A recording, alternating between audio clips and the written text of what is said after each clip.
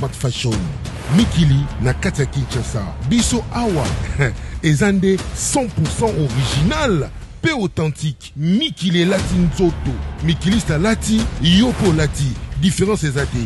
Yoka ba griffe na biso. Tozana Zara, Belshka, Levis, Paul Bier, Pierre Cardin, Guess na Café Coton. Kota ozo ba basket na ba sandal, ba babouche, ya kitoko original. Ba chemise, ya basina mibali, ba t-shirt, ba pantalon jeans net tissu. Ba costume original, 100% authentique. Ba sac raffiné pour na basi, smart élégance, na qualité. Tika, Tozwami na avenue Sergent Moké, ex-Chaumba, référence école IPG. Topé Benga Bissona, plus 243 85 091 27 32. Le luxe accessible, c'est Smart Fashion. Bissondé, pas ouvert.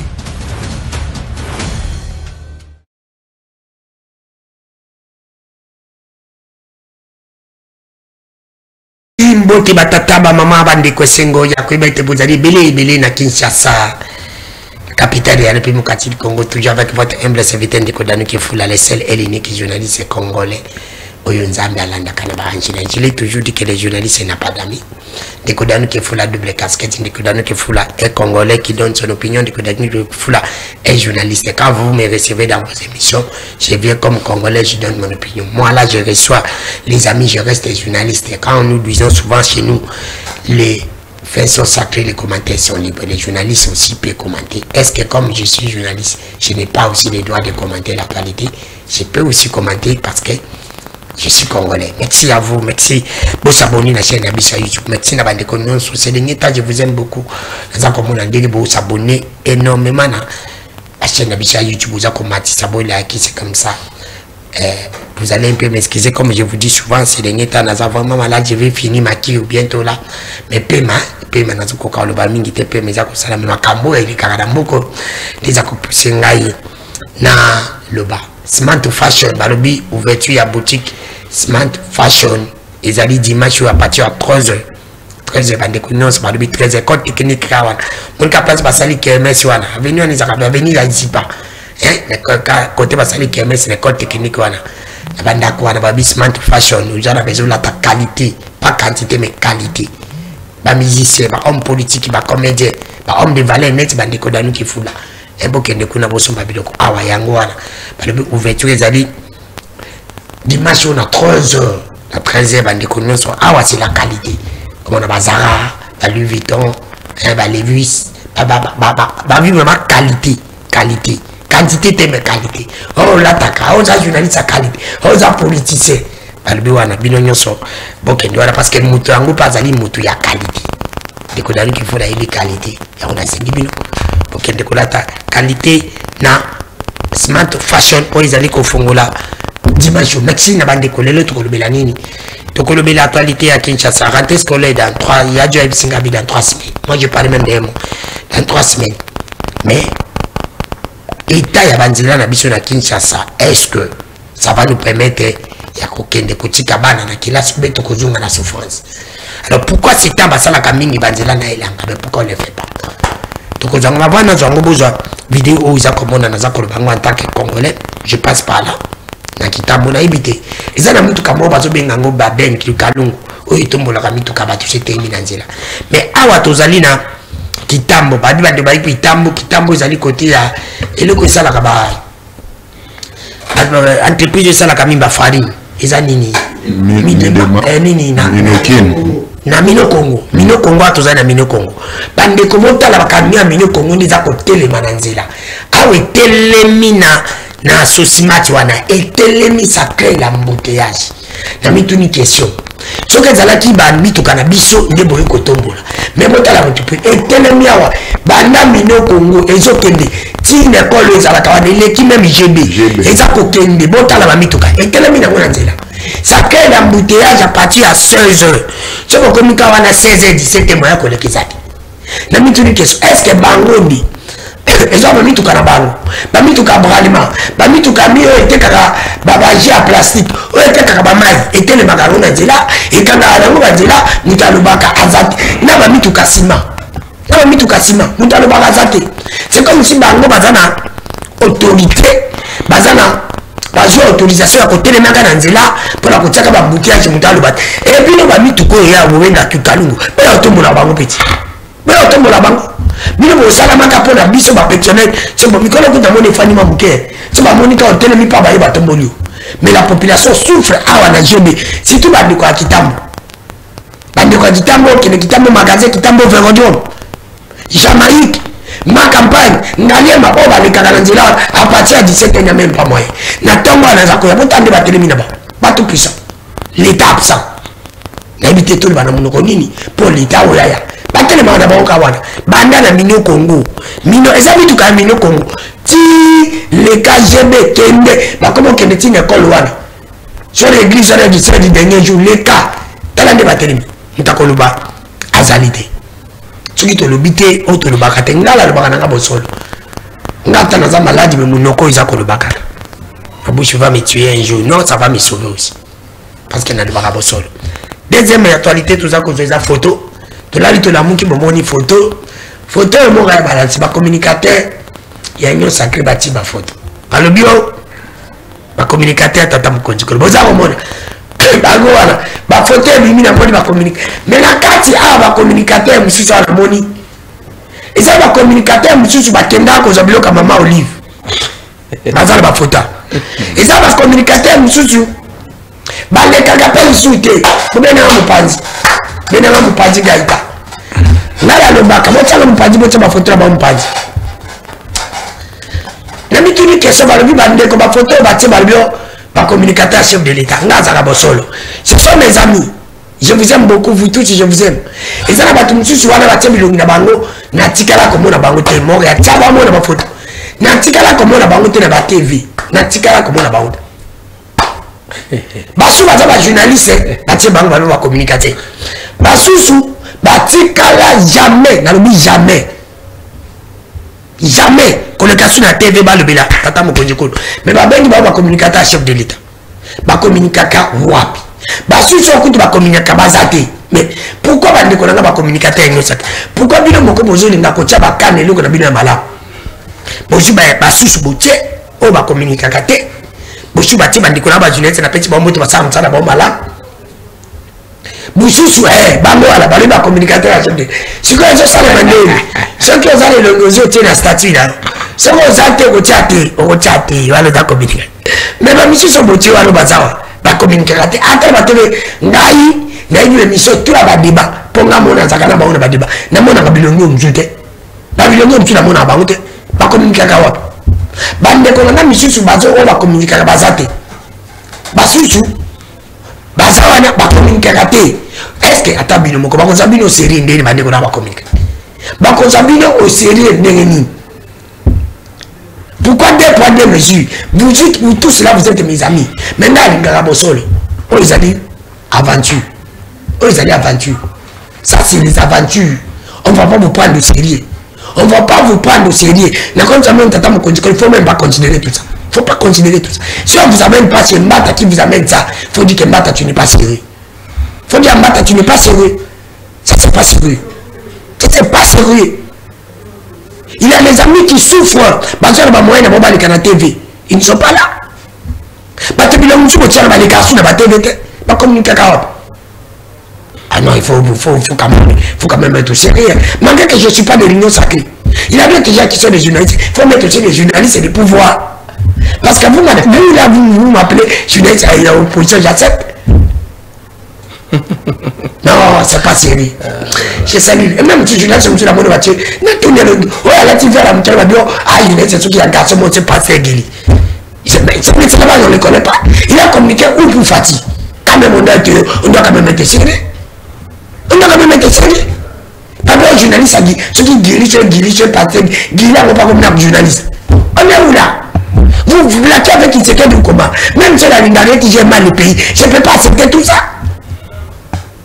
Nous avons dit que nous avons dit que nous avons dit que nous avons dit que nous avons dit Mbote. Mbote, Bopazi Sango, Mbote Nandeko, Tokabulane Plateau, Mbote Pina Bae Balandakayo, pour les journalistes Ange, n'est-ce pas? balandaka nzambe pe landaka tozana kolobela Kinshasa mabato zona actualité za obligé tu as 7 minutes 7 minutes 2 minutes ezali biscuit na yo yenango le bas 5 minutes au commenter pourquoi vous déjà des lignes sacrées pour ça des photos ba communicateur ya tata mkonjekolo mais na moni bilungu msusu na bazala kate mais je n'ai pas vu ton nom toi. Voilà, c'est une très bonne question que vous avez posée, mais Yambona bandana na biscuit nanga. Vous savez, les lots ont 80 millions de terres arables, l'unité. Les sous, on a vu ce que vous avez fait pour Sumuki, mais parce que tu laissé les Congolais. Vous savez, les lombisi, à Koli, à Botami, à Koli, à Nouni, à Koufi, Batiki, Kolo, c'est un péché. Voilà, dans la fleuve, voilà, et tout, vous comprenez, tout ça, dans la fleuve, les plus poissonnés d'Afrique que vous connaissez, mais laissez-moi vous dire, dans un cadre sécuritaire, ici, le chef de l'État n'a en fait une réunion des ministres, c'est-à-dire les Kaki, OYOT, mais en fait, c'est bon, remaniement, je vais toucher à rappeler qui va service nous sur la frontière à l'ordre. Je demande au chef de l'État qu'on changer dans le chef, il y a DGM. Oh oui, je peux avoir raison, c'est la DGM aujourd'hui. Comment ça s'appelle? Sous Kachatal, je ne sais pas si c'est le DG. Oui, je pense bien. Hein.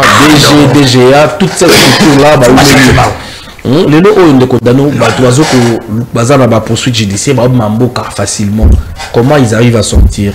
Alors que la DGM est censée contrôler, c'est-à-dire que renforcer aussi les services de renseignement au niveau des frontières. Mais Tika n'a qu'encourager, eu courage. Nous avons 26 provinces, bien que 2 provinces sont allées sous occupation. Une partie, non, Sud qui vous a totalement dit. Les 23, 22 bon, Kakandengo Koluba, mais comité d'ordre opérationnel, il y a Congo central, précisément dans Loufou, t'ont félicité Bango. Pourquoi? Tenaki grande réunion d'ordre opérationnel. Oui, pour la Komeka, Kota la Koba, en fait, pour renforcer l'efficacité, il y a un service et puis les sous pour éliminer la barrière et la tracasserie. Parce que quand le président de la République avait parlé, il a dit des visiteurs, des commerçants, des opérateurs économiques, au Bassala qui a rapport. D'accord, pour la relaxation, il y avait tracasserie dans nos frontières. Ça n'épargne pas l'ouf qui n'est pas tracasserie. Mais les lots, ces comités Ezali Bongo composés d'abord un président Corneille Mouzome, ou Ezali à DGDA, et puis vice Ezali Jean Manguebe, Ezali à OCC. T'as comment ils sont répartis. Et puis secrétaire Ezali Damien. Et qui est à DGM, et puis Bazuli sous une Baudry, Azali à SCAF, service au Italie en quarantaine à la frontière, et puis Bazuli à qui Azali à PNHF, et voilà, et aussi les services de sécurité qu'on ne peut pas citer les noms, renseignements civils comme l'Agence nationale des renseignements, et aussi les renseignements militaires qui se sont en fait mis ensemble pour qu'on a coétudié comment est-ce qu'ils peuvent faire. Mais qu'est-ce qui se passe réellement à Louf? Ok. Les policiers affectés à Loufou, ça a 10 ans, 15 ans. Et il s'avérait que c'est transformé dans un déclarant. Comme dans un déclarant. À chaque fois qu'il y a des dossiers en Angola, les policiers viennent se présenter comme étant des déclarants. Et ça passe, et ça, le coulage des recettes. Le président a parlé de la maximisation des recettes. Quand Mokoko Samba avait parlé de suppression des taxes que moi j'avais condamné, parce que quand on a supprimé les taxes et qu'il n'est qu'avantagé indo-pakistanais ou encore les expatriés, parce que la majorité des importateurs au Congo ne sont pas congolais. Donc, même si tu as dit que l'auto encadré l'entrepreneuriat, mais posez-vous des questions, l'entrepreneuriat sans subvention en République démocratique du Congo, en fait, ce n'est qu'une entrepreneuriat morte. Et donc, ici, à Loufou, raisonner dans le comité d'ordre opérationnel, on doit dire coup de chapeau, il faut qu'on mette à tourner à Loufou. Total, les résolutions prises, il y a qu'on supprimer. Et si j'appelle l'auditorat militaire, il y a qu'on se gérer dans la chose. Pourquoi? Parce qu'un militaire en tenue qui va devenir ou encore qui va à la frontière pour être déclarant, je pense que l'auditorat militaire doit l'interpeller. Donc c'était là, biscuit là, na coup de chapeau, na comité, en fait, les alliés d'ordre opérationnel, il y a Loufou, pour sengi na entité na bino respective, ma chef na bino, va promouvoir bino na ba grade, ma fonction, parce que vous avez pensé à répondre à la vision du chef de l'État. Maman Nalikam. De côté nous, j'ai rigolé parce que, vous savez, hein, je me réfère à une petite histoire. C'est vrai que photo la Kisiwana, bon, en tout cas, je respecte certaines personnes. Je sais que, de comme ça, les amis, baleto sac. Tché bango sans volonté na bango, la photo. Parce que vous savez l'histoire de Ali Baba et 40 voleurs.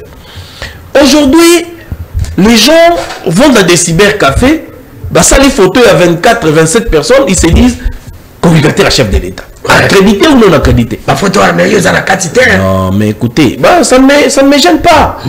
Ce n'est pas le fait à la photo. D'ailleurs, écoutez, là, au salut précision, beaucoup d'État, n'est-ce pas? Depuis défendre les chefs de l'État, ce n'est pas seulement défendre vos partis respectifs, c'est défendre la population congolaise. Restez dans le nom de la Constitution que nous sommes en train censés de protéger. Mais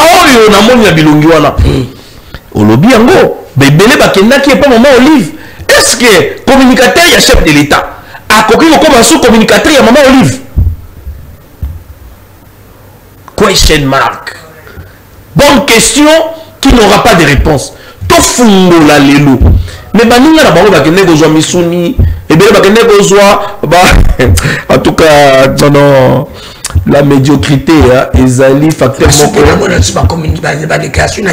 communiquer. Ndeko. Batu ba communicateur misusu ya union sacrée. Laissez-moi vous dire des vérités. Na otalabino enfin. Je vous regarde, c'est Pichungo qui parle.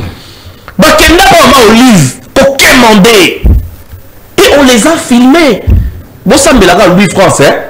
Monté Manzambe Kangaye. Bon, abîme sa vidéo à la tête. Parmi ces communicateurs, est-ce qu'on voit vraiment quoi à Kabila aujourd'hui? Est-ce qu'on voit vraiment il parle de la Kabylie dans les Sengeli? Ah, il y a un communicateur, il y a un chef d'État. Les gens déjà, bazar de mes sales. Baké comme Olive, bazu bilo. Ba filmer bango, ba c'est remerciement dans mon Olive. Baké sous ce moment Denise. Kaka c'est même personne, maman Denise. Kaka c'est même personne, bah y'a que Zouabilo pas nayo. Kaka c'est même personne, bah Kenda et pas maman. Parmi non, tout en la parenthèse, hein, parce que je ne vais pas aller trop loin. Parmi ma photo, mais c'est lui qui se sent piqué connaît l'affaire. Ça c'est la médiocrité. C'est même la mendicité.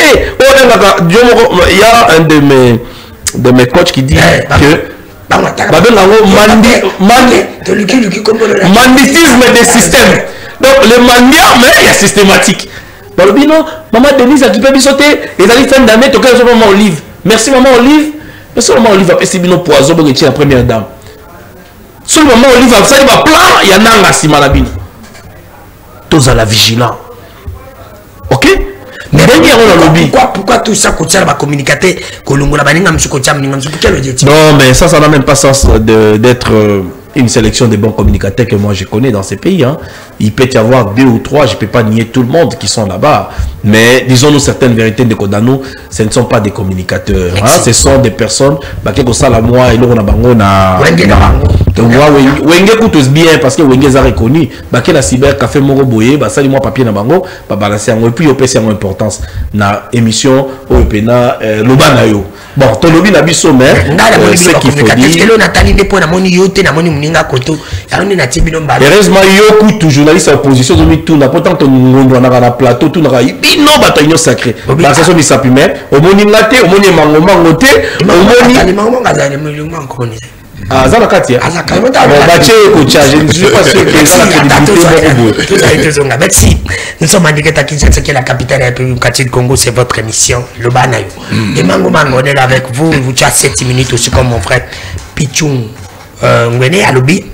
Il a dit, ma caméra va communiquer dans mon photo. On a mis une question pour quel objectif yo tout comme on a dit. Mais la 4 années Mango Mango, ça va être là, tu vas kenda zabiloko. Ba pesa ki maman Olive ba Mexique. Il y a 4 ans, les KKP chutés. Il y a 4 ans, les journalistes, je ne refuse pas. Il y a mon ami qui est là aussi, qui fait très bien son travail. Les journaliste, c'est Bazali. Mais il y a des journalistes, c'est le président Bazali. Il y a un pouvoir, il y a un position de Bazali. Tu as 7 minutes, si tu as des biscuits dans le lobby, et on continue dans le sujet.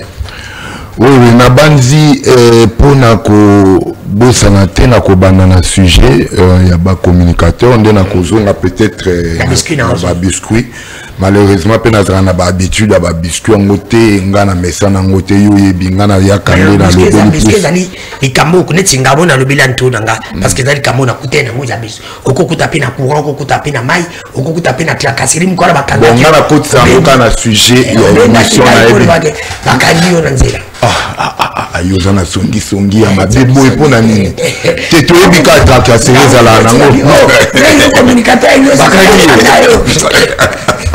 lelo kuti bakangire lelo azoya bakangire batiki babia bile pe bolobela mukonza mboka botambula babebo ndi lelo bakangire te jamais sans connecter bakanga ingate ezaki ke ba moninga ba yeveranga na sambouteillage danuke fula makamtozolo ba communicateur wana moi je sais que ngape ba intéressé kinga peut-être comme Elena Nuyete et puis wana o basali wana affiche wana eza na chantier au deuxième affiche première basala ki yango ba monike batu mususu ba réclamer ba ebisi bango procédure et puis tisikoyo même yé ceux qui héros na PC numéro ya maître Eli Beni o aza ko salango balobay ba communicateur baza organisé c'est pourquoi ba tisikoyo to s'organiser il y a déjà une commission ba tchaki et outil likolo babi to s'organiser enregistrer les communicateurs qui parlent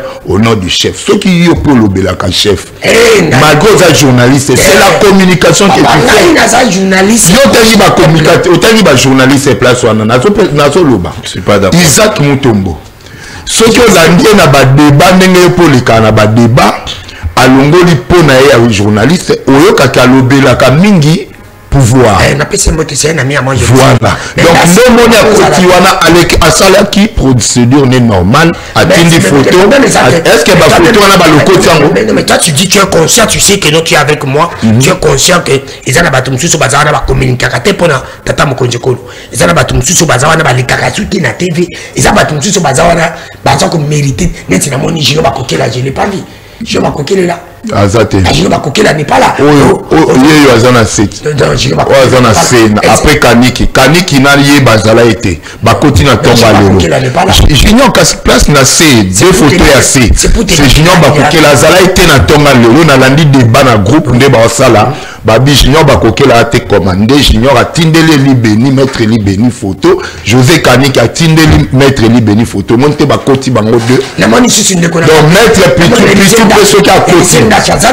Même procédure les leader na bangoye wana no chargé à communication là comment on l'appelle chargé à communication comment on l'appelle il y a AFDC chargé à communication yewana pembeni ya belle armée Yo Nazali non mais c'est leader Azali bien Azali AFDC José Kaniki AFDC Armand Mukulu Azali AFDC et to comme ça ngonga bouté problème na Nazana ngweza nini to comme ça ngonga même yé Glodine Lombasi ceux qui a tenu photo à Kokota nano siliteza en chantier peut ba communicateur autour là ni ba pesa bisoni mais comment vous pouvez faire quelque chose dans précipitation on est que beaucoup tana na ba dinga nyo so bo fanda bo solo là ça c'est ça non ce n'est pas dans la précipitation est-ce que vous comprenez na bino tout ezali kaka ndenge basalaka pour batu ba mona ceux qui peut basala qui ont été battus balinga ba battu bazo benga moko ti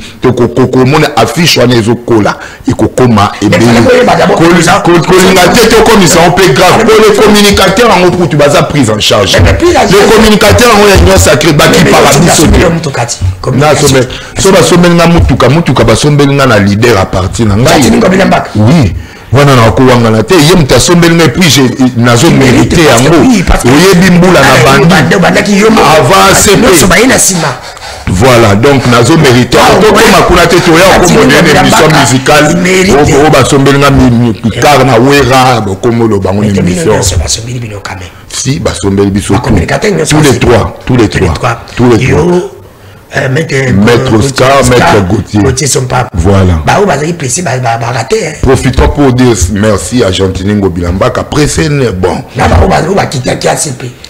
Ah, papa, voiture pèse rien, moyen de transport. Nga kutu na luka moto pour bambouteillage eleki na kin, mbazo kokosi sa embouteillage te. Il a quand même. Non, il y en a comme à 3 quarts le col à une moto moko. Pour eux des choses en ont 3. So 4e na mona et côté de génie. Tu sais que n'a pas na ko zambongo avant Fatia na pouvoir. Nanio. Ngape na zwa rapide. Kasi yo ba tuwa kanza. Il faut que le bango pe bien que. Mais sous ce zo na journalisme ozo betaka ba ko.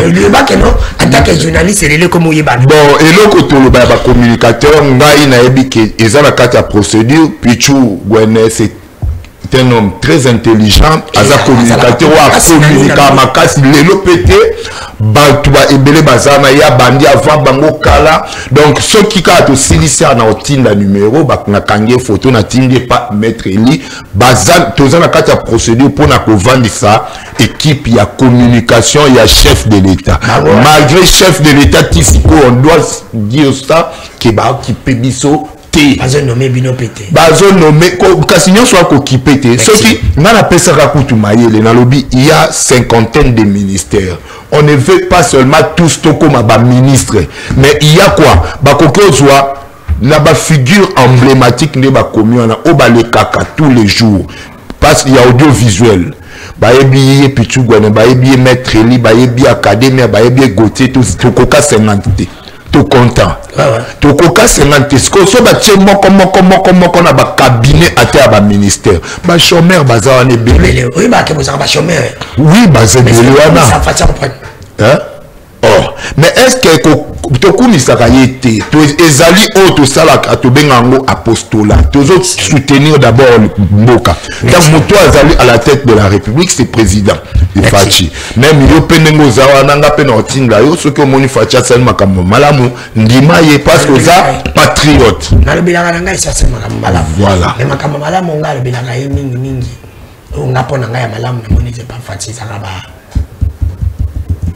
abimi premier na ba promesse na ba voyage nyonso ebanda na promesse monti ala kaka ke guerre aussi la malembe guerre ezokende aussi là mango toke na sujet tobandi pa na yo examen d'état aujourd'hui ça je profite aussi de cette occasion ndeko batianga mwana oyo image ya mwana eza kotambola ebele ndeko bazukwa ndeko mambu sungu oyo mari oyo asali lelo eza comme mwana na après belé les examens d'état cette dame elle a été félicitée na maman Denise Nyakiro première dame de la République sur l'ingité boyko boya ekaza première dame katana ngamba braza to linga été yenda za première dame wala da correspondre ba mona ndeko nga piro le wa boya yo linga été azali première dame c'est comme ça que par la vision des alaka moi ça président abenga kai première maman Oliva Zalaki première dame à l'époque on appelait bande c'est na Kabila Teme azaki wana ba piro bazoli apna na digital azaki première dame pour le moment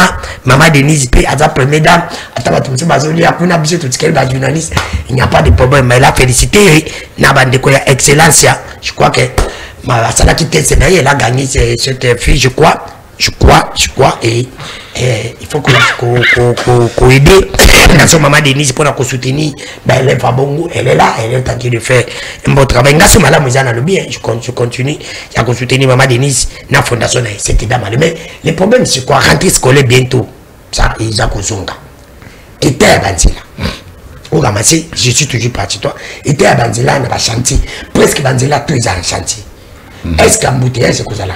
Là, c'est la première question. La deuxième question. Examen d'état, ici, là, qui je crois, jeudi ou mercredi. Et si le mercredi, et mercredi, tu peux mercredi, vendredi, férié. Samedi, tu vas passer à la rate. Lundi, examen d'état est bimi. Mais quelle précipitation à corriger. Même ça ne veut pas dire qu'on corrige en gros le lundi. Quand même, ça dérange aussi beaucoup de gens. Même si ça commence à déranger. À l'époque, nous, quand on a étudié, ce n'était pas ainsi. Mais avec une mondialisation, est-ce qu'ils ont malade ou bien ils sont pas tout le monde comment douter nango. Tu as 3 minutes pour répondre dans toutes les deux questions là-bas. Oui, ndeko danu na kolingana banana na oya examen d'état et bongo to ya okoma na oya banzela.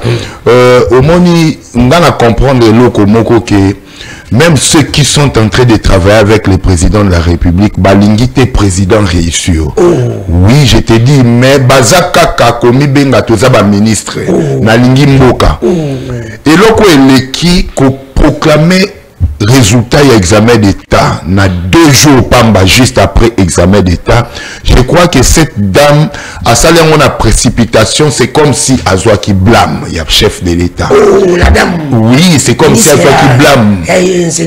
Voilà, Raissa Malou. Elle a beaucoup de problèmes. Elle a beaucoup de problèmes. Imaginez-vous, combien de tests il est qui? Il y a national, test local à Tenasos.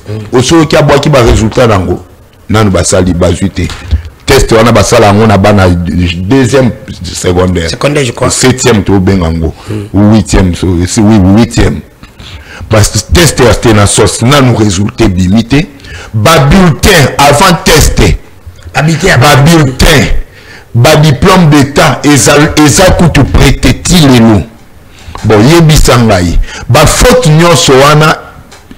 C'est sûr, na premier ministre, na chef né direct, na chef de l'État, na pression et la population, bazo salaire que ba bulletin monanité, mbonga ba bulletin, ba détourner tout consort, ne etingie siko approuvé.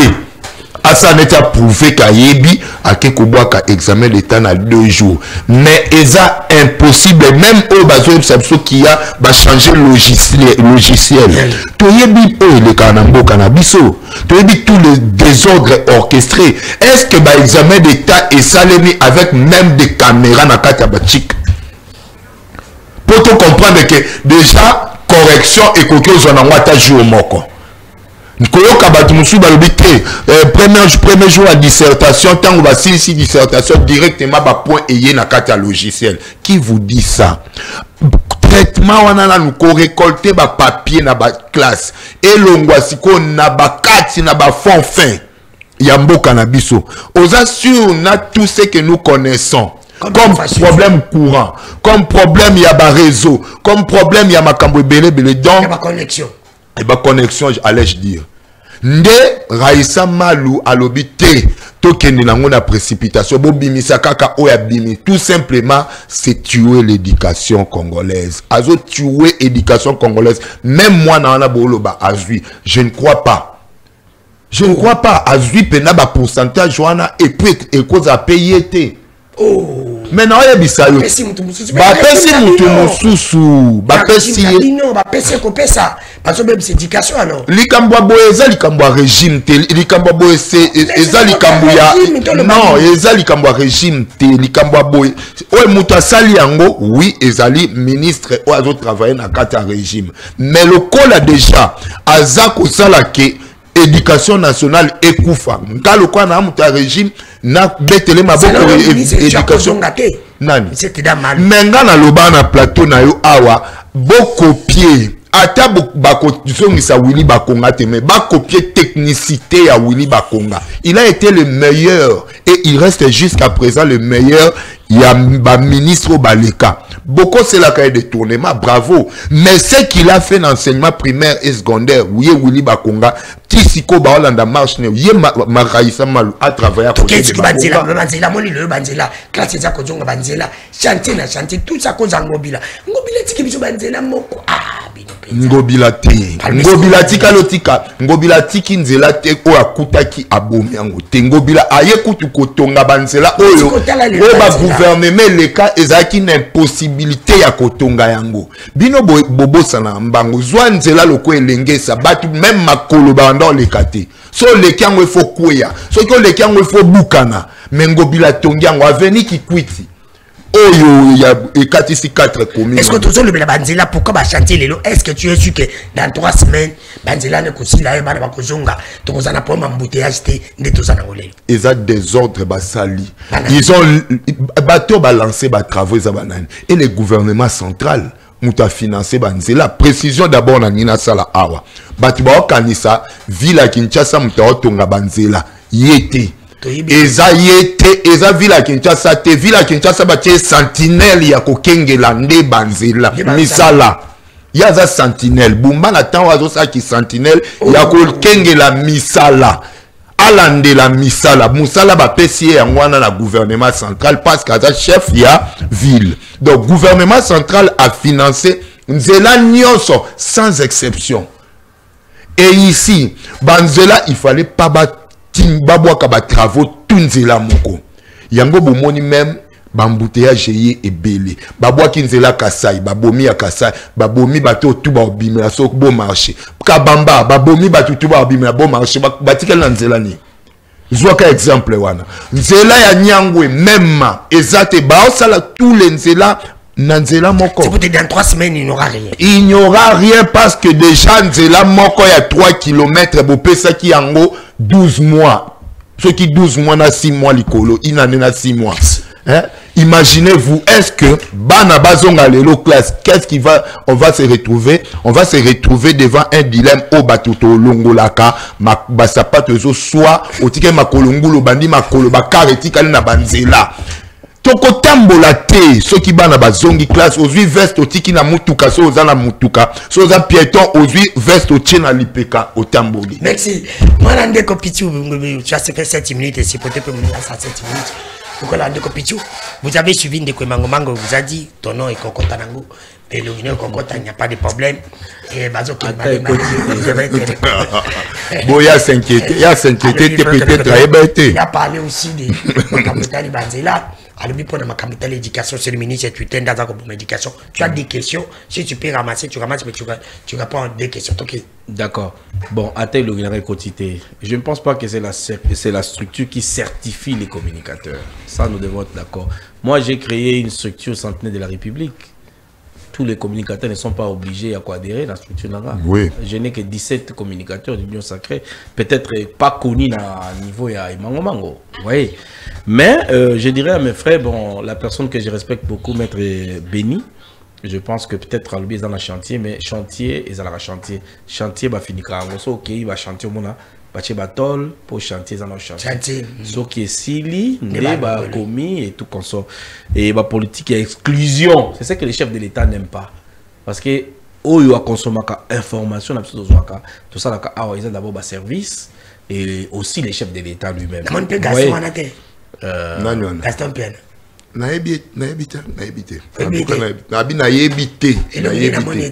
Naebite bato ba osala soki alinga kota atinda numéro na kombo ba osala na kombo tout complet na on ne peut pas on te pose ça 2 poids 2 mesures na ba cop bois ensemble mais tant ko tcha mutu susu bo lezi ba misusu vous comprenez te bon musu yondo comprendre non te eza procédure momba même ndengolo ba chanter ba bois kiango na ba ya ko sala nini ya batu ba mona po bo benga bo kota. On respecte une structure, c'est une organisation non gouvernementale. Voilà. Où les compatriotes congolais va s'afficher comme tel. Donc je salue Maître Béni en passant. Je pense que tu reçois Maître Eli Béni. Voilà, Eli Béni. Je pense que tu reçois peut-être Nasinga pour ne pas léser certaines personnes qui sont crédibles ou peut-être sans les savoir pourquoi Bazawana. Ok. Donc toujours un homme à Kambo lobby à lauréate, c'est très important de Konara.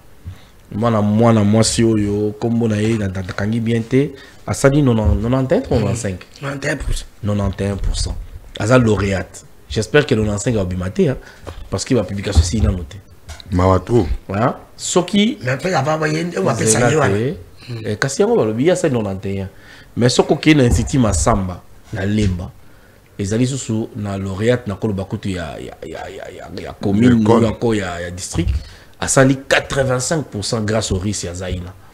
Donc, ce qu'on a fait, donc, on a 5 premières ou 5 premières, on les encadre. Donc, il y a une méritocratie parce que ce qu'on a une école Massamba très renommée grâce au risque que j'ai sali en passant. Lauréat. Donc, pour l'instant, Toza, première, aux alliés, la Massamba, deuxième. C'est ça, non? C'est ça. Moi, je parle de rapidité, il y a corriger. Moi, je ne parle pas de primo ou pas. Moi, je parle de la rapidité de l'organisation.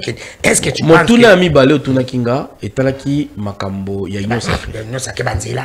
Banzela, ça va nous permettre il y a qu'on rentrer scolaire qu'on a malade ou qu'on dans la classe et tu as chantier zali ma classe. Est-ce que n'a pas bon, vous savez, j'ai toujours dit que manque il y a politique, il y a gouverneur na biso tozanaye.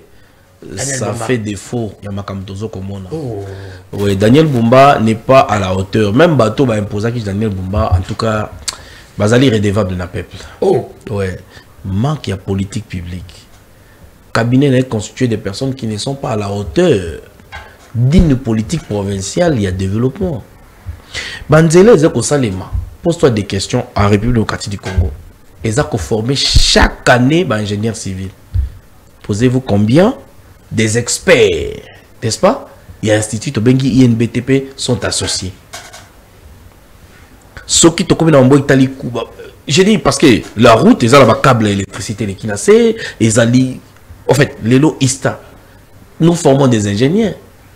Pour leur donner quoi, en fait?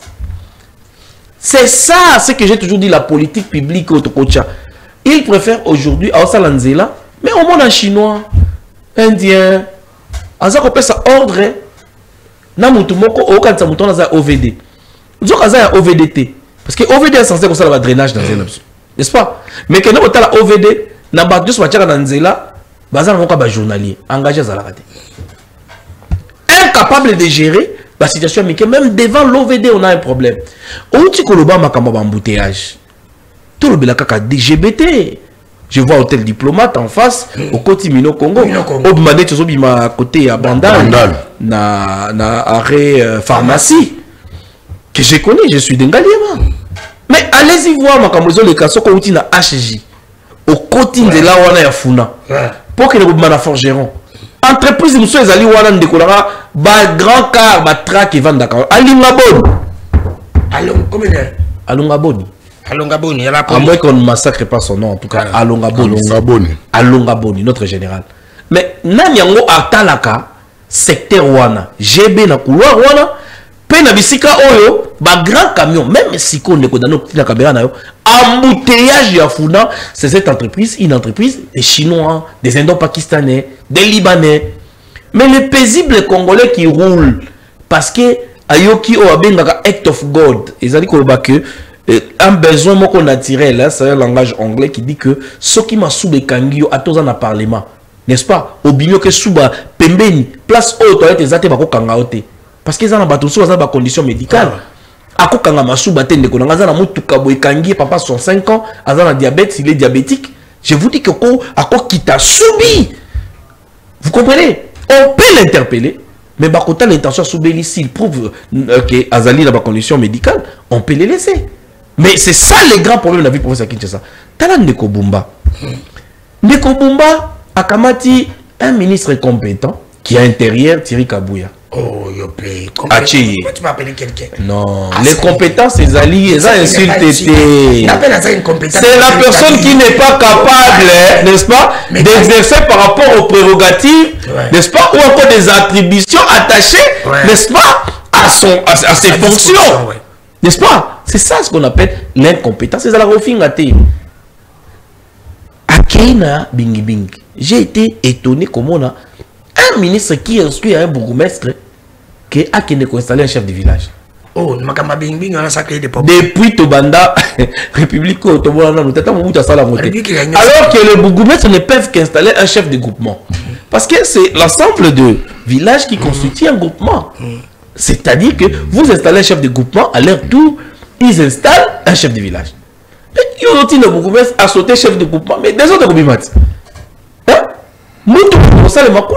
À cette époque, on a quand même grand ancien Sakala. À l'époque même des Gentini, laissez-moi vous dire, ils ont effectué un déplacement qui n'a place au Bondo de Salima. Thierry Kabouya qui se limite dans la frontière, moi, place au Bondo de Salima, va combattre. Mais, Azana Makambo, le Biwana, Yakomamituka. Mais je vous dis, il est dedans, ministre intérieur. Azana, non, ministre, ce qui y a infrastructure, il y a infrastructure, le niveau commercial. Rien n'a été fait à cette époque. Mais aujourd'hui, un ministre qui n'est pas à la hauteur de ses fonctions et qui continue à faire les bras de fer avec les directeurs des cabinets et à gouverner. Mais c'est hallucinant. Et laissez-moi vous dire, vous qui nous suivez aujourd'hui, Daniel Bumba nous cause un grand problème. Il dit que, à l'objet que non, les lots, ils ont s'attaquer à la bâtiment, ils ont dans la DGRK. Mais bateau y a tindi dans la DGRK. La nouvelle unité, bateau Azakuna, comment va comme la fonction publique, avec le VPM Liao. En tout cas, on peut tout dire de Liao. Mais laissez-moi vous dire qu'il a réformé ses services. Les systèmes anciens de Pombuto Kutaka, dans nous qui fout la salle à la DGRAD, à la OCC, à Salaka, on payait les gens comme ça. Et il y avait même des listes effectives, il y a bateau, Bakoufa, 10 ans, 15 ans de Kodanou. Bafuta Maka. Monsieur Koutou, Tata Nanga Koufa dans la fonction publique, mais Moutoumoko Boyazoka Mbon, on a comme on a yé. On ne respectait même pas les mots. Donc je lui dis, ah bien non, on doit réformer les systèmes. Il a réformé les systèmes. Mais les lots, ceux qui va ministère, il y a finance. Na budget baza kolobaka et biso zo futa bato na les 28 to banana ko honorer ministère où il a un rapport, n'est-ce pas? Ils ont un rapport, il y a un fonctionnaire. Tu ne me diras pas que le ministre il y a finance, il a tous les rapports de tous les fonctionnaires. Avant ministre il y a fonction publique. Tu ne me diras pas qu'il y a budget qu'on budgétisé ce qui azaï na rapport de fonction publique. Et pour ceux qui s'en décodent les personnes éligibles à la retraite. Bah panabiso, bah kenda, bah koufa. Bah soit bah soda, bah fonction de l'État, bah te bah talanga papa dans les fonctionnaires. Atikala ko zombo ngote papa koufa dossier limois. Oye la carte Mobutu kazara fonctionnaire bah boyi. Oye la carte kazara soda ya zaï bah boyi bah futa kaete. Mais effectif wana te lo ba réclama quand on armée la fonction publique mbongo et bah nekobi. Et puis muto accueillir retraite na ye bah futi ete bah longoli yo kaka. Alembi ndenini. Liaou a fait en fait une note circulaire. Il a dit toute personne éligible à la retraite ne peuvent être en fait révoquées de leurs fonctions, ok, ni encore remplacées sans que Mbappé ça y est poste mon sous jusqu'à ce que azo indemnité de sortie. Merci. Mais laissez-moi conclure pour dire les lots oyo. La Kabylie n'est pas à l'aise. 600 titres miniers que le président de la République a eu en maboko en famille Kabila. Mais 600 titres miniers. Oh. Ndekonanga, tous on a 31 600 km² de sous-sol. On une superficie plus vaste que la Belgique. Que Kabila occupé avec les clans Kabila. Mais on vient de récupérer. C'est la mécanique quelque chose qu'on fait à Django. Et je n'ai pas bon calé. Je parle de l'État, lithium, cobalt, cuivre, or, diamant, uranium. C'est pourquoi vous voyez les gens s'acharner contre Jean-Pierre Bemba. Pourquoi? Mais Jean-Pierre Bemba est l'un des pionniers qui s'est levé malgré dans le ministère des Transports, qui a dit que ce n'est pas une rébellion, c'est une agression. Nous devons commencer par réformer et recruter là dans l'armée. Merci. Aujourd'hui avec les embouteillages, aujourd'hui avec le braquage, aujourd'hui avec l'insécurité, avec la saleté, il faut sentir au niveau de Ngungiza. Et Mati Makasi. Ngungiza Makasi. Comment on va faire selon yo pour tout le monde là, Babiloko, nous sommes tous à Kinshasa? Parce que ça ne va pas. Kinshasa, ça ne va pas. On parle de Kinshasa, allons-y. La première des choses. Il faut bino pas bon le babino beaucoup le bateau parce que tout ce qu'on est là, ils ont souffrance et héritage on gobila tskela. Te kasi lelo batu bo comprendre que ngobila banda travailler. Ngaku tunalinga kinde boye mutu mususu azwa après ngobila po ba comprendre que ngobila banda qui quand même kosala. Or ngobila a fait que 3 ans misala wana tout moni même mandeza qui a 5 ans. Oh, ça les 3 ans, ça 5 ans.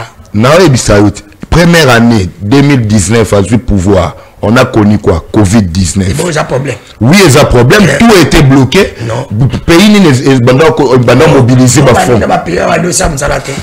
pays n'est mobilisé. À plus forte raison de écouter la Kinshasa. Boyebi Aloba Katanga Koti. Habite au Koti d'être à combien? 74 millions de $. Rien à caisse. Mbala moko Covid eye ba bloqué Kinshasa mututa kende musala. Oya récolter taxe nini na bureau nini na lupango nini Covid-19. Et puis 2 ans presque, une année et 8 mois. Et communauté 2 ans. To bandi abandi musala. 3 ans au etikali. Dernière année na ye. D'abord rétrocession et yakate.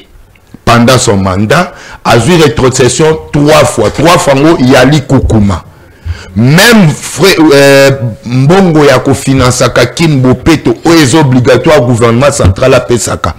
Et Bando ya na li Koukouma. Inutile encore de relater. Et aujourd'hui, Bumba a la chance. Ndenga la zolo bala question tuninga, sans kozonge la Ngobila. Les gens ont compris. Avec tout ce que Ngobila a fait, na 3 ans, on a pamba, qu'il a travaillé. Awasiko ye bazo financé. Banzela, gouvernement central Moutoua Tonga na place à gouvernement provincial. mais azo kokata ko la kisate na secteur moko ke botala ba recette biso tozu yango DGRK batu bazo futa mal sundenge za quitté DGRK batu ba wanda futa mal le 15 le 16 le 17 au moins plus tard le 20 mais les autres ont déjà le 40e DGRK tuna ba on ba futa mité oh na oyebisa on a ba futa mité na bité ba na rire mais nan ba futa mité oh ba wanda futa mal mais bumba mbongo zo kota DGRK azo chango wapi il se sert de ça na nyonso pourcentage même ya DGRK ezonga alisu na DGRK te ndenge to koma déjà na fin du mois ba komo luka mbongo sko lisu na ba banque pour ba futa ba gens ba pesa ba on ba prime ozomona nenga o mema mboka nde solution ya liboso ya Kinshasa sans ko marché ba mo je demande Bazwana Bumba Bachae Pembeni. C'est notre déjà en conflit même avec son secrétaire général à part. Solution allez pour mais ça c'est Bumba. Bumba nanu alongwa. Il faut d'abord la tête. La tête ne sait pas. Alobiango awa.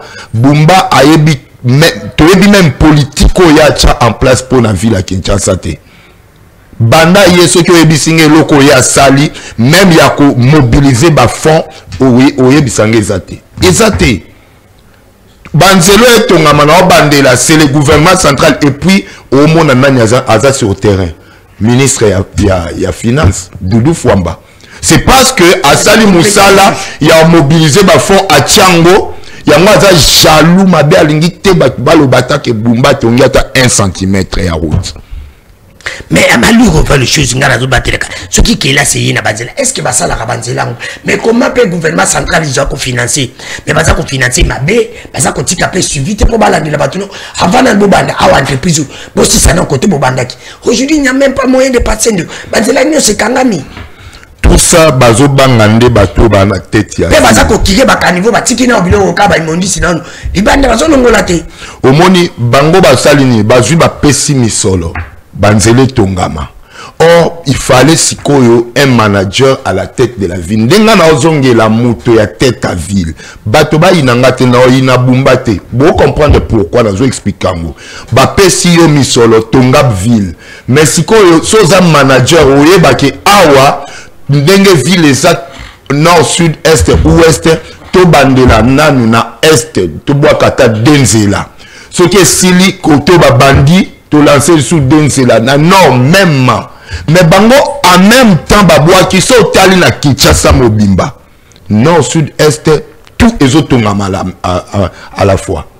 Est-ce que vous pouvez imaginer que tout espace à Otambola tout espace té entre temps ndengozolo ba même baka niveau eza bouché moyen pe ba sala nan baka niveau ngo pe correctement exact parce que banzela ezate ya koleka tana ba déchets bango ba récolter le même contrat el barak bakata te ezali buzoba ndenga na osinga ka balongola Bumba ndebo comprendre bozo la biso ata moto musuna i2 pes bato mayele bazaku baza comme na secrétaire général ba oui oh mais marché à Kato awa Bumba ba abauta ko auta otinda ba force du progrès ba beta conseiller municipal moko atinda kike alobi pardon que marché wana il fallait y normalement dans nommer. Or c'était marché municipal et ça urbain.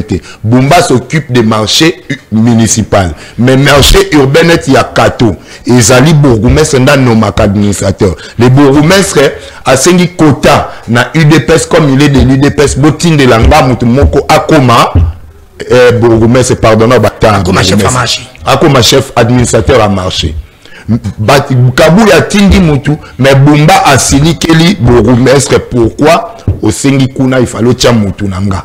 Oh. Et à ce moment-ci bazana conflit donc ngai awa naza ko s'apprendre na Bumba te mais na l'axibino que Bumba n'est pas capable à diriger ville à Kinshasa. Il est plus dans du parlotage toi le baka tu ba mona ke ya yebo le ba français ayebo le ba so ki ba brakada brest na ye ayebi tout o ya lingiwana mais na musala sur terrain Bumba ne se retrouve pas azana politique mokota memeli biso pour ville et sans sortir. Merci mona boka ngweni lelo mon problème c'est quoi vous comprenez ma préoccupation mon problème mais c'est bien bon Qui vous a dit que pour tous abonnés, il faut tous souffrir? On a l'argent, c'est non vous bolanti, ma pessi, Kinshasa l'argent va s'en là. Pourquoi pas qu'on ça là, faut signer là-bas, l'entreprise qui va marcher. Avant bon bah l'avenir oh il faut bosser ça nano. Pourquoi pas qu'on quand l'avenir mon côté oh mi balete oh bobi qui zana souki nango koko ya na place moko. C'est que l'embouteillage. Aujourd'hui les gens ont besoin de coucher tout bas la kaba zongi kelas. N'habitez. On dit les lots à la netibo. Joie, tu as outil kitambo. Kitambo Vérodem, kitambo magasin. Outil pompage, outil mboudi. Ozo kende bayaka.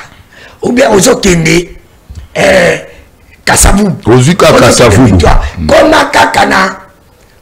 Metoba. Place wana pour la kolekawana comme problème. Pourquoi? Parce que bah kanginze là à 24. Ça nous crée les embouteillages. Bisogno surtout comme la place wana. Tongo pourquoi il n'a même pas moyen. Alors que batumti ba kimba kabanda na kati la bimi. Et babande ko sala nzela. Pourquoi bazwa kim tawanté à raisonner? Vous avez le temps. Ndeko Danou, je pense que notre Koloba manque à politique publique sur le plan d'exécution. Aussi un autre problème. Parce que vous devez comprendre une chose, Ndeko Danou. Toko quitter, co-exécuter tout un projet, ça que tous en a une bonne politique te mettre en place.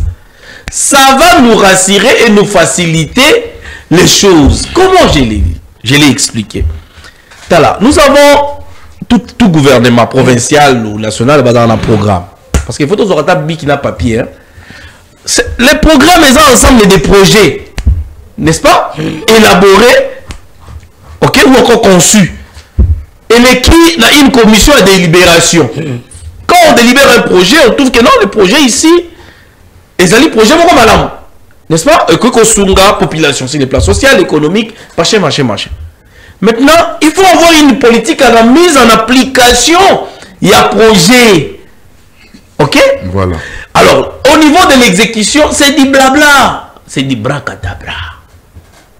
Nakokende, kozonga moi c'est mamoké, tozonga la rétrocession. À l'époque d'Ngobila, c'est vrai, je ne suis pas d'accord dans ma Belé, mais au moins, abandé qu'on rétrocédé, beaucoup messe.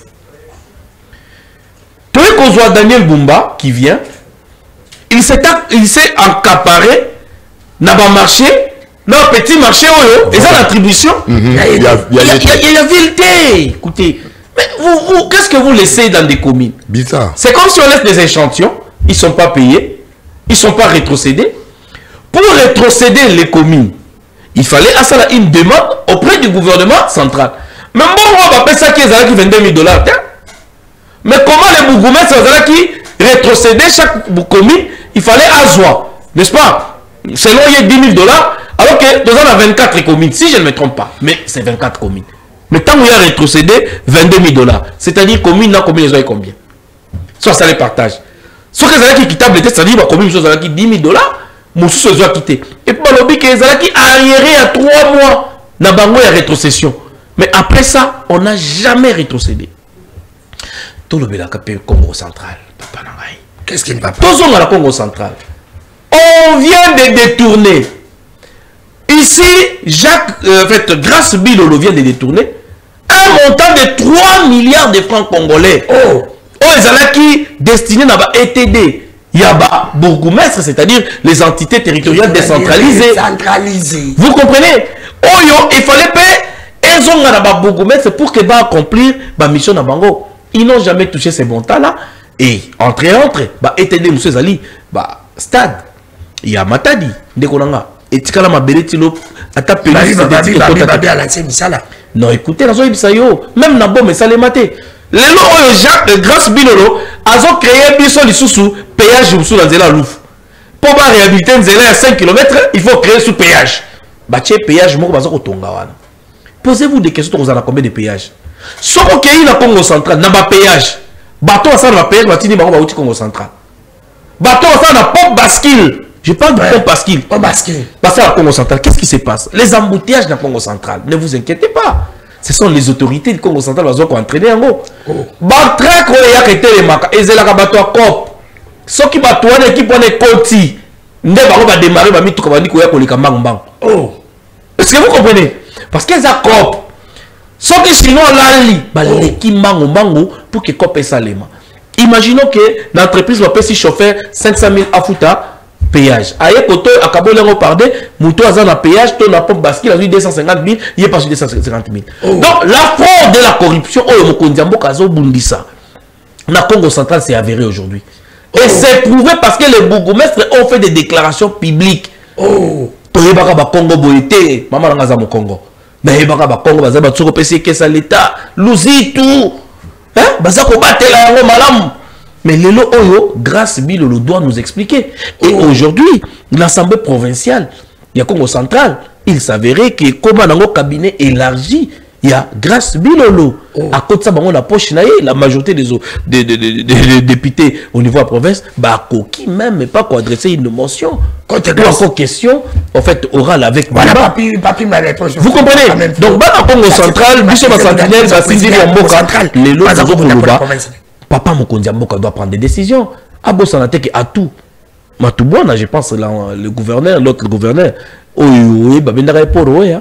Izalaka une plainte, il y a IGF à Déposaka, il avait aussi détourné un certain montant, où Izalaki destiné là-bas ETD. Aujourd'hui, est-ce que c'est l'histoire qui se répète?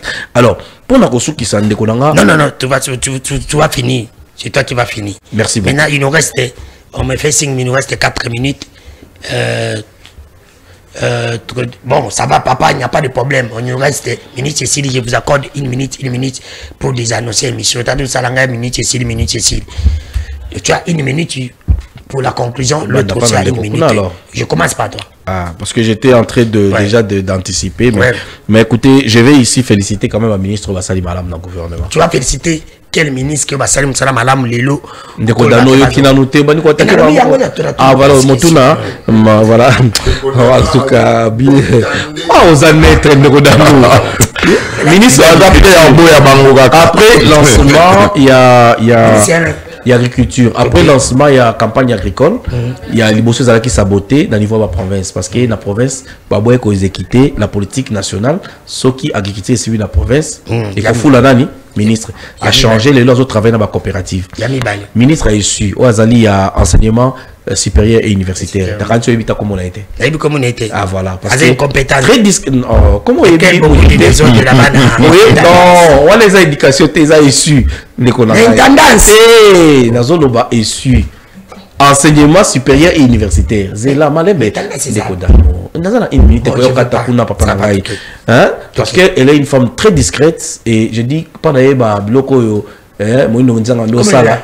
Madame Marie-Thérèse Sombo Kopesi Mbote nalobi azonga to azonga te na soki bato asali malam parce que na bato asali mabe et aussi je vais remercier le lieutenant général Luboya Kachama Johnny Oyazali lieutenant en fait général puis gouverneur militaire ya Ituri oza ko sala musala malam o le azali saboté par un ADEF qui s'est allié à CRP ya Thomas Lubanga qui se sont alliés au FC et un 23 pour déstabiliser l'Ituri aujourd'hui avec une guerre asymétrique aussi ça qui n'a des approches, c'est-à-dire militaire et non militaire. Alors tu peux développer en avec les temps. Jeunesse. Affaires sociales. Genre et famille. Ça continue. Affaires sociales. Affaires sociales. Mais moi, si on a vu ça, la moussala, peut-être au Bossani. Je vais dans le cap, ok, écoutez, les fonds destinés aux victimes en fait, de la guerre.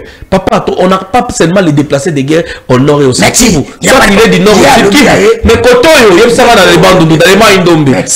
Aujourd'hui, qu'est-ce qu'on a fait comme assistance au niveau social? Une minute, il n'avait pas payé sur le baptême de très bon, na kamwe kaka mdenga lobby mais ngai na respect na koma na ba débat na respecter opinion mutu ya lobby Aziza Mouna na peut-être ata la kate toi informé Aziza Mouna na kombo na affaires sociales. Cette dame là je sais que Nathalie Angot surtout Bolimbisanga na télé 50 elle a plusieurs réalisations à sali tout à participer na boité na concurrence ba chaîne Temelanda idée na cette dame là cette dame-là. Mais il y a eu même des problèmes à bas sinistrés. Ah ouais, ben gars inculqué na carte. Les sinistrés qui sont au stade des parties de laisser. Oui, de laisser.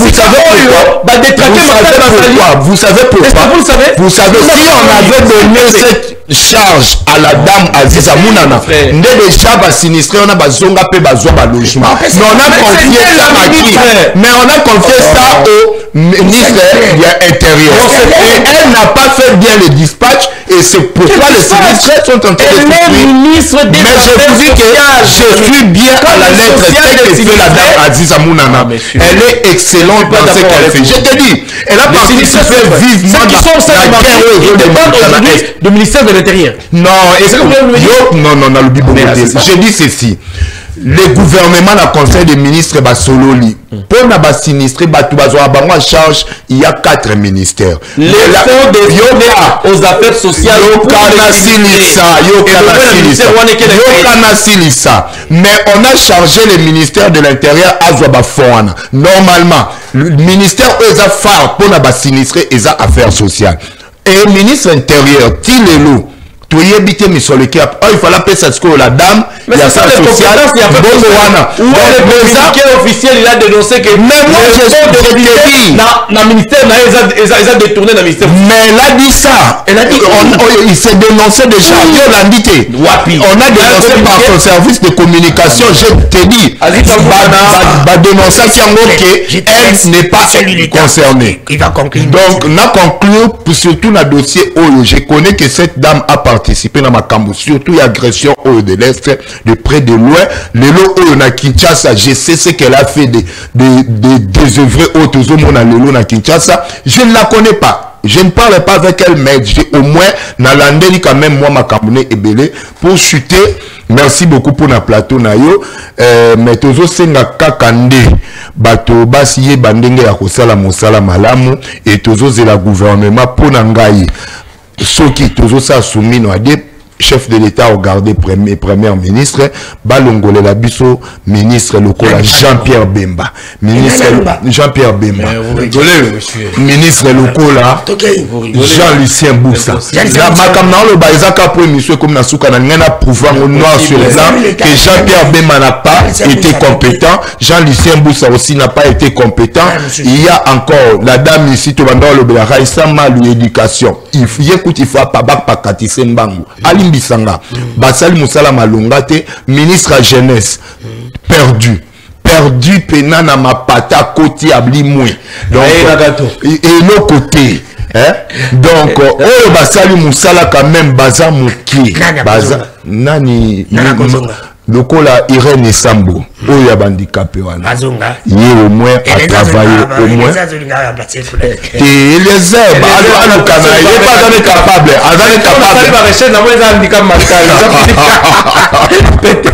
Parce que, je ne sais pas, émission est sexuelle. Oh, il y a un député, mais quel est le parlement de député? Ils sont un peuple. Oh là là. C'est pas que le scientifique va me raconter les malades. Ça, j'ai tapé. Mais Patrick Mouyaya, Azo Salamoussala, très bien jusque la communication est bouchée quand même. Rwanda Ningani, parce qu'il y a un Patrick Mouyaya à la tête de la communication et vive félicitations, pardon, à continuer. Et puis, chef de la République, président de la République, Sokia Rotala bien, n'a français stylo noté. Zongisa Pena Patrick Mouyaya na communication. Merci. Bokanda Biloba Lobate. C'est bon, fonction publique. Oh, très bien, il fait très bien son boulot depuis longtemps. Il y a excellent dans Bango tout, c'est moi. Il y a excellent. Merci. Merci pour votre honnêteté. Merci, Pichou, pour avoir accepté notre invitation. Je crois que c'est la première fois, ce ne sera pas la dernière fois. Merci aussi Nandeko et Mango Mango. Je crois que toi tu es habitué de cette émission. Je vous en prie. Vous s'abonnez à la chaîne YouTube, pas chaque jour de lundi au vendredi de 17h15 à 18h15 rediffusion na Tongo et na chaîne partenaire na Gaïta ba émission commis. Tu as laissé les émissions oui ba émission commis na chaîne partenaire na émission de Kobo Teni Ngali Gete bandi ko ba ko tona nga pourquoi na za comment na la santé ne me permet pas. Mais je crois que la semaine prochaine, au moment où on a même un débat, on a une émission comme d'habitude. Je suis vraiment malade, ils ont malade. Ils ont battu. Mais ngapi na zo senga kara battu, ngapi na sengi pour nga bato bako zonga. Ba ministre que sur le monde n'attendit comme bon noté, c'est pour te dire que aux athées, nga na zo tanga sananga que moi j'assume aussi pour ngai bucha jinga de katsengo kabuki ministre à la défense, il mérite. La défense, hein. Et papa Bolobi n'a tiki bino. Oui, oui. Mais pourquoi vous êtes comme ça? Papa, service national, Moussa Babezo, ça papa, tu as parlé. S'il te plaît. Tu as parlé. S'il vous plaît. Tu as parlé. Ngana Lobi. Boutiaï. Boutiaï, le Zolo Bambi Bolo qui est poste. Il a fait un bon, il peut aussi mériter. Boutiaï. Bonjour, il s'agit de la linguite. Papa, la constitution dit ceci. Monsieur, s'il vous plaît, tu as parlé de ton ministre. J'étais laissé. Richesse et en boka photo kabolango équitablement quand même. Bah tout ba sala ba nouni ba si ba retraite na ba moko na ba violence ça bango. Ba cha yo de nous que fula ministre information, ba cha ndeko na ministre jeunesse. Aussi sur le bas. Là c'est ici. Pour ngai bochango bila. Bochai Ochape papa Léon a ane kota identification mutuazu sala nyoko na ebiso passeport. Papa Léon na ane sala kana ane aza mutu identification côté ba passeport c'est papa la kedanga na nyoko na nyoko na affaire étrangère papa ba ko lukebe pote ba ko tata déjà ne fait très bien du travail ici monsieur Jana bagi babi aza pasteur il y a encore des pasteurs qui sont vrais na bagi na reporter combat je te connais pas mais on doit te mettre merci. La personne qui n'a pas pu mettre des dentiers, sa président de l'Assemblée provinciale de la Congo centrale. Puis la personne qui n'a pas dit que grâce à qui ici que tu as volé de l'argent, c'est pas moi. La personne qui n'a pas pu mettre des la personne qui n'a gouverné dans la province de Maïndo. Nous avons été acceptés dans la députée de la province de Maïndo. C'est le plan de sortie à la province. Nous avons été en septembre pour la province. Mais la sélection mission dans le Cambodge, il y a des problèmes à Kinshasa. Montréal, une minute, s'il te plaît. C'est très important. Je dois le dire. Moi, je le dis. Tata Mokonjiko, le banzelo, le Congolais, va souffrir pour le moment. Ce qu'on les karaté tamboula na butu. Au moment où les canards jébra na minu Congo, mituko bati wana ça nous crée les embouteillages. Nzela wana les embouteillages ma casse. Tata Mokonjiko, presque à Savubu. Presque à Savubu va partir à météo. À cause ya banzela Mokangi à Bandal 24. Ça nous met des doses pour le cas. La météo, Colombaka, on a comme la station comme on a 24. Place où on a embouteillage comme ma casse. Parce que 24, c'est qu'on Bokangi. Bato Baoutaka Kitambo. Baoutaka, Kitambo magasin. Baoutaka pompage. Baoutaka Mboudi. Baoutaka Mimosa. Pour ne pas qu'il y ait un Kassabou, tout ce qui est Kalanzela Moko. Et ceux qui vont coloquer Bokangi Bandal, terrible. Moi, il les kizate. Moi, il les kate à partir de météo, ils ont créé des autres. Et je dis, Awana Wileri. À partir de Rompo Wuleri. On dit Rompo Wuleri. Tiko koma isangi. Nzela wana mai koma na ngona nzela wana. Nzela wana komi na mai ya koloba kutute. Mai condition nzela ça commence à créer embouteillage. Awa kana Rompo Wuleri. Je peux marcher mon que zala kawana. Ça nous crée vraiment l'embouteillage. Et je dis na funa. Ndekolanga le bikuna na funa. Entre HJ na funa na forgeron. Na forgeron, ça crée l'embouteillage. Aujourd'hui sous côté ma parti politique na bilezaka awa côté ya boyoma bomu izalaki. Nzela wane baby. Nzela wane baby na robo. Ça crée l'embouteillage dans ta Mokonjiko. Tout ça n'a pas ma quoi. Tout ça n'a pas ma tracasserie. Il y a pas roulage. Tout ça sous na problème, il y a embouteillage. Tout ça sous na problème à maille. Sans oublier le problème à sous-traitance, parce que ça dérange les Congolais. Ah, respect. Et ça, c'est comme si quand ça m'a dit que on a bandé comme la kuna na ministère de justice. Et le ministre a sikalongoni bango bazongeli awa. Bakomi bazongiawa awa nada. Bakomo ni tsenga batumbo. Babi muta bataki bona msala. Oya ya longoli bango. On a des problèmes. On a des problèmes. On est où? On est où Tata Mokonjiko? On est où? Tout le bateau. Et les sous basodo bazobenga bashikata. Barabi baza konyoko la population. Bashikata barabi bayoka kamutuke. Qui s'occupe des shikata? Qui s'occupe des shikata? Baza konyoko la population. Na paka juma. Aujourd'hui to kena kisensu. Bakolombo kande bango. Bakolombo kabango. Batu puissant. Tata Mokonjiko le bolu ki na biso ba problème ba basoda shikata. On talo barate na lobby. Ah na bina fini mutu. Te. Obolinga ngate makamuna le ba musipela kana ngopoza vérité. Problème na Congo ezali ba collaborateur de Kochilombo pesa yemoko parce que lui-même aussi il encourage ça pourquoi ça kolongola bango te alors to il est complice ou comment lobby